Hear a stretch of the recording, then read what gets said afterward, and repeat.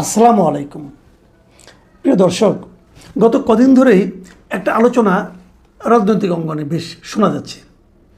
আমি যে একটা মিডিয়াতেও দেখলাম এই আলোচনাটা, সেটা হলো রাজনীতিতে আওয়ামী লীগ কি খুব দ্রুতই ফিরে আসছে? এই প্রশ্নটা খুব স্বাভাবিক।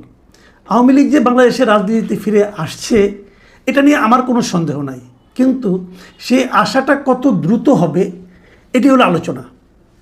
যদিও এটা শুনলে এনসিপি হয়তো খুব মন খারাপ করবে, জামাতও মন খারাপ করতে পারে, কারণ তারা তো চাচ্ছে যে আওয়ামী লীগ আর বাংলাদেশের রাজনীতিতে কখনোই না আসুক। আমার মনে আছে একবার একটা টক শোতে আমি গিয়েছিলাম, সেখানে আমার সঙ্গে এনসিপির একজন নেতা বসেছিল এবং তার মূল আমার বিরুদ্ধে অভিযোগটা ছিল যে আমি এবং আমাদের মতো কিছু লোক নাকি বাংলাদেশের রাজনীতিতে আওয়ামী লীগকে প্রাসঙ্গিক করে তুলছি। তো আমি কেবল তখন বলেছিলাম, ভাই দেখেন, আমি একটা ক্ষুদ্র মানুষ, আওয়ামী লীগের মধ্যে একটা বড় দলকে আমার কেন প্রাসঙ্গিক করে তুলতে হবে? এবং সেই ক্ষমতা এবং সেই যোগ্যতা তো আমার নেই। আওয়ামী লীগ রাজনীতিতে, বাংলাদেশের রাজনীতিতে আওয়ামী লীগ সব সময়ই প্রাসঙ্গিক, মানে যখন আপনি বলছেন তখনও প্রাসঙ্গিক এবং আগামীতে আরও প্রাসঙ্গিক হবে, এটাই স্বাভাবিক। আওয়ামী লীগ ছোটোখাটো কোনো দল তো না রে ভাই। আওয়ামী লীগের সেই এনসিপির লোকজন বলতেছে, কিন্তু তাদের নিজেদের প্রাসঙ্গিকতা নিয়ে হয়তো আগামীতে ৫-১০ বছর পর প্রশ্ন উঠতে পারে। কিন্তু আওয়ামী লীগ এত বড় একটা দল, এটা যদি ক্ষয়িষ্ণু হয়, যদি ক্ষয়ে যেতে থাকে, তাও কয়েক দশক লাগবে, এটাই রিয়েলিটি। তো এখন প্রশ্ন হচ্ছে, আওয়ামী লীগকে গায়ের জোরে, আওয়ামী লীগের যারা দায়িত্ব ছিলেন, শেখ হাসিনা সহ অন্য যারা দায়িত্ব ছিলেন, তারা অনেক অপকর্ম করেছেন, অনেক অন্যায় করেছেন, জাতির প্রতি অনেক অত্যাচার করেছেন বলে আমি বলবো, এবং আওয়ামী লীগের ক্ষতিও তারা অনেক করেছেন। আওয়ামী লীগের যদি কোনো ক্ষতি, সবচেয়ে বড় ক্ষতিটা কেউ করে থাকে, তাহলে শেখ হাসিনার সঙ্গে যে নেতৃবৃন্দ ছিলেন তারাই করেছেন। এটা নিয়ে আওয়ামী লীগের মধ্যেও ক্ষোভ আছে, তারাও হয়তো এদেরকে, এই নেতৃত্বকে অপছন্দ করে। কিন্তু তার মানে আওয়ামী লীগ দল হিসাবেই নিশ্চিহ্ন হয়ে যাবে এবং কখনোই এই দেশের রাজনীতিতে আসতে পারবে না, প্রাসঙ্গিক হবে না, এরকম যদি কেউ ভাবে, সে ভেবে মনে মনে আনন্দ পেতে পারে, এছাড়া এর থেকে আর কোনো লাভ হবে না। হ্যাঁ, আমি যে কথা বলছিলাম, আওয়ামী লীগ কি শিগগিরই ফিরে আসছে এটা মনে হচ্ছে, এবং একাধিক মিডিয়া লিখেছে যে ঈদের পরে হয়তো আওয়ামী লীগ ফিরে আসবে। আমার ধারণা আওয়ামী লীগের ফেরাটা অবশ্যম্ভাবী, অবধারিত, এটা ফিরবেই তারা। কারণ এদেশে আওয়ামী লীগের প্রত্যাবর্তনটা বিলম্বিত হতে পারত, আরও অনেক বিলম্বিত হতে পারত, যদি ডক্টর ইউনূস কিছু মূর্খের মতো কিছু আচরণ না করতেন। এবং সেই মূর্খের মতো আচরণগুলির প্রধান আচরণটা হলো যে আওয়ামী লীগের ঘরবাড়ি জ্বালিয়ে দেওয়া, গ্রামাঞ্চলে আওয়ামী লীগের নেতা, ছোটোখাটো আওয়ামী লীগের সমর্থকদের উপর মব পরিচালিত করা, এবং সবশেষ আওয়ামী লীগের রাজনৈতিক কর্মকাণ্ডকে স্থগিত করে দেওয়া। এই প্রত্যেকটা কাজ করার মাধ্যমে তাদের মেধা তাদেরকে বলেছে যে আমরা লাভ করছি। বাস্তবতা হলো তারা ক্ষতিগ্রস্ত হয়েছে এবং আওয়ামী লীগ আরও বেশি জনপ্রিয় হয়েছে। এই দেশের মানুষের একটা স্বাভাবিক, একটা সাধারণ মনস্তত্ত্ব আছে। সেই মনস্তত্ত্বটা হলো, তারা সবসময় অত্যাচারিতের পক্ষে কাজ করে। তাদের চিন্তা, তাদের ভালোবাসা, তাদের সহানুভূতি সবসময় যে মার খায় তার প্রতি থাকে। হয়তো সে মুখের উপর প্রতিবাদ করতে পারে না, কিন্তু মনে মনে ভাবে, আহা, এই লোকটাকে কেন মারছে না, এটা ভাবে। যে জিনিসটা নেপালে হয়েছিল, আমি সেটাই বলেছিলাম যে একটা রাজনৈতিক দলকে যদি প্রত্যাখ্যান করতে হয়, সে প্রত্যাখ্যানের দায়িত্বটা দিতে হবে জনগণকে। জনগণ ঠিক করবে তারা কাকে চায়, কাকে চায় না, যেটা নেপালে হয়েছে।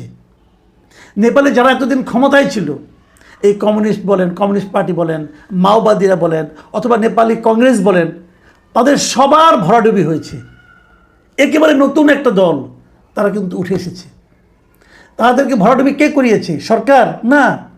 সরকার একদিনের জন্য তাদের রাজনৈতিক কর্মকাণ্ডকে স্থগিত করে নাই। তারা সবাই প্রচারণা চালিয়েছে তাদের মতো করে। আর এই জেনজি সাপোর্টেড যে পার্টি, তারা করেছে তাদের মতো করে। জনগণ পরিবর্তনটা চেয়েছে, জনগণ তাদের অপকর্মের জন্য তাদেরকে প্রত্যাখ্যান করেছে। এই সুযোগটা আমাদের দেশের জনগণকে দেওয়া উচিত ছিল। সেই সুযোগটা না দিয়ে ডক্টর ইউনূসের সরকার যারা আছেন এবং তাদের সঙ্গে যারা তরুণ যারা ছিলেন, তার সঙ্গে জামাত, এই লোকগুলি একটা স্থূল বুদ্ধির পরিচয় দিয়ে আওয়ামী লীগকে গায়ের জোরে কার্যক্রম স্থগিত করেছে। লাভ কী হয়েছে? লাভ হবে না। আগামীতে আওয়ামী লীগ ফিরে আসবে কে, সেটাও বলি। আগামীতে স্থানীয় সরকার নির্বাচন কিন্তু হবে। স্থানীয় সরকার নির্বাচন কি এবার দলীয় প্রতীকে হবে? আগে কি হতো? আগে স্থানীয় সরকার নির্বাচনের একটা পদে মানে মেয়র পদ অথবা চেয়ারম্যান পদ, এই পদটাকে তারা দলীয়ভাবে করতো, মানে প্রতীক থাকতো, দলীয় প্রতীক থাকতো। আমি মনে করি এটা ভুল, এবং এই ভুলের খেসারত কিন্তু আওয়ামী লীগ দিয়েছে। এটা আওয়ামী লীগই প্রবর্তন করেছিল, আওয়ামী লীগ এই ভুলের খেসারত দিয়েছে। আর কাউন্সিলর, মেম্বার অথবা কমিশনার যারা আছে তাদের নির্বাচন হয় নির্দলীয়ভাবে। অন্তর্বর্তীকালীন সরকার দায়িত্ব নেওয়ার পর তারা সমস্ত মেয়র, মানে পৌরসভার মেয়র এবং কাউন্সিলর এবং কমিশনার এবং সিটি কর্পোরেশনের মেয়র এবং কাউন্সিলর সব পদগুলোকে বাতিল করে দিয়েছে। এটা আমি মনে করি একটা অন্যায় করেছে। যাই হোক, তারা করেছে, করার পর তারপর তারা সেগুলোতে প্রশাসক নিয়োগ করেছে। এই প্রশাসক কারা ছিল? বিভিন্ন পর্যায়ে সরকারি কর্মকর্তারা ছিল। এর বিপরীতে এই সরকার দায়িত্ব নিয়ে প্রথমে যে কাজটা করেছে, সেই প্রশাসকগুলিকে সরিয়ে নতুন প্রশাসক নিয়োগ করেছে। এরা কাকে করেছে? বিএনপি পন্থী লোকজনকে করেছে, বিএনপির লোকজনকে, বিএনপির দলের নেতাদেরকে এই সিটি কর্পোরেশনে। এর মধ্যে দেশের 12টা সিটি কর্পোরেশনের মধ্যে 11টাতে তারা তাদের দলের লোককে মেয়র হিসেবে নিয়োগ দিয়েছে। আর আরেকটা সিটি কর্পোরেশন, যেটা নাকি চিটাং সিটি কর্পোরেশন, সেখানে আদালতের আদেশের মাধ্যমে তার যে লোকটা মেয়র হিসেবে আছেন উনিও তাদের দলের লোকই আছেন, বিএনপি করতেন উনি এক সময়। তো তার মানে সবগুলো সিটি কর্পোরেশন বিএনপি কিন্তু একভাবে দলীয়ভাবে দখল করেছে। আমার বিবেচনায় ঠিক হয়নি। তারা হয়তো ভেবেছে আমি দখল করলাম, তারপর 6 মাস 1 বছর পরে আমি হয়তো নির্বাচন দেবো, আমি গুছিয়ে নেই। এই যে গোছানোটা আছে না, এই গোছানোটা আপনাদের জন্য বুমেরাং হবে। আমি এটা কালকেও বলেছি, আজকে আবারও বলি, বুমেরাং হবে। আমি আজকে আবার দেখলাম দেশের 42টা জেলা পরিষদে তারা প্রশাসক নিয়োগ করেছে, এবং বলা ভালো এগুলোতেও সব দলীয় লোক কিন্তু তাদের দলের লোকজনকে নিয়োগ করেছে। এবং যারা এমপি ইলেকশনে হেরেছে তাদেরকে এনে জেলা পরিষদের প্রশাসক বানিয়েছে। আমি মনে করি এগুলো বুমেরাং হবে। তারপরে বিএনপি তাদের রাজনীতি তাদের মতো করে করবে, এবং এটা ফেরানোর জন্য শেষ পর্যন্ত নির্বাচনে কারচুপি করবে কিনা আমি জানি না, তবে সে আশঙ্কা আমি কিন্তু দেখতে পাচ্ছি। যদি সেরকম কিছু হয় তার পরিণতিও বিএনপিকেই ভোগ করতে হবে। আমি জানি না কী হবে। যাই হোক, আমরা অপেক্ষা করি। আমরা আশা করব যারা প্রশাসক হিসেবে দায়িত্ব পেয়েছেন তারা ওখানে যে ভালো ভালো কাজ করবেন, এবং ভালো কাজ করার মাধ্যমে জনগণ তাদের প্রতি আকৃষ্ট হবে, জনগণ তাদেরকে ভালোবাসবে, এবং সেই ভালোবাসাজনিত কারণে তারা অনেক ভোটের ব্যবধানে জিতে আসবে। বিএনপির এই যে পরিকল্পনা, এই পরিকল্পনা হোক, এটা ভালো খারাপ না, এটা নিয়ে আমার কোনো আপত্তি নাই। একজন তো জিতলেই হলো, আমরা একজন ভালো লোককে চাই। কিন্তু দেখা যাবে কি, যদি এগুলো দলীয় প্রতীকে না হয় তাহলে কিন্তু আপনি এখানে আওয়ামী লীগকে পাবেন। আওয়ামী লীগ হয়তো প্রথমে মেয়র পদে খুব ভালো করবে না, দিতেও চাইবে না, তারা হয়তো ওই পদে যাবেও না। যদি নির্দলীয় হয় তারা নির্দলীয়ভাবে তাদের দলের সঙ্গে যারা জড়িত আছে তাদেরকে তারা কমিশনার অথবা কাউন্সিলর অথবা মেম্বার পদে তারা মনোনয়ন দেবে, এবং তাদের মধ্যে অনেকেই পাশ করে আসবে। এই ব্যাপারে আপনারা নিশ্চিন্ত থাকতে পারেন। এখন বলবেন আমার এই কথা ভিত্তি কি? আমি ভিত্তিগুলি বলি। দেখেন, সারা দেশে এই যে আইনজীবীরা আছে না, আইনজীবীদের একটা সমিতি আছে, আইনজীবী সমিতি।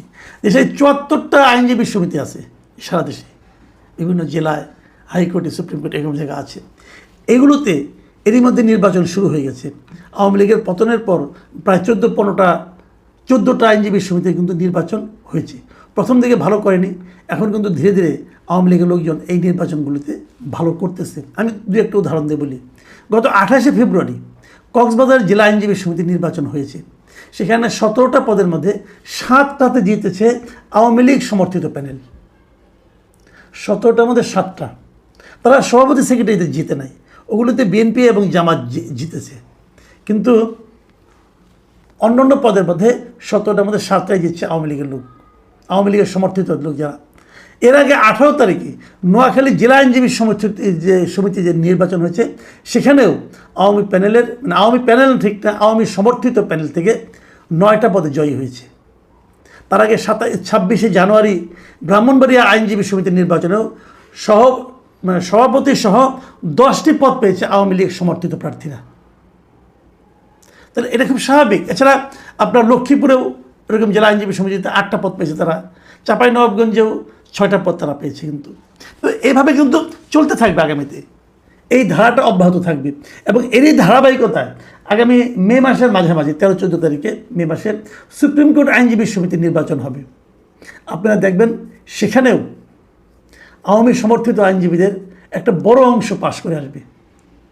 এমনকি এটাও বলা যায় সভাপতি সেক্রেটারি পদে হয়তো বা আওয়ামী লীগের কোনো প্রার্থী থাকবে না, কিন্তু যারাই প্রার্থী থাকবে তাদেরকে জেতার জন্য আওয়ামী লীগের সমর্থিত যারা আইনজীবী আছে তাদের সমর্থন নিতে হতে পারে। এতে অবাক হওয়ার কিছু নাই, কিন্তু নাই এই কারণে কি, আপনি জাতীয় নির্বাচনটাই দেখেন না কেন, এই জাতীয় নির্বাচন আওয়ামী লীগ ছিল না, কিন্তু যারা জিতেছেন তারা কিন্তু আওয়ামী ভোটেই জিতেছেন, তারা প্রচুর আওয়ামী লীগের প্রচুর ভোট পেয়েছেন, এবং আওয়ামী লীগের ভোটটা এখানে ডিসাইডিং ফ্যাক্টর হিসেবে কিন্তু কাজ করেছে অনেক জায়গায়। তো এই বিষয়গুলো যদি মাথায় রাখেন তাহলে আওয়ামী লীগ ফিরে আসছে, এটা স্বাভাবিক। প্রশ্ন হলো, আওয়ামী লীগ যখন ফিরে আসবে অথবা আসতে থাকবে, তারা কি পুরনো নেতৃত্ব নিয়ে আসবে?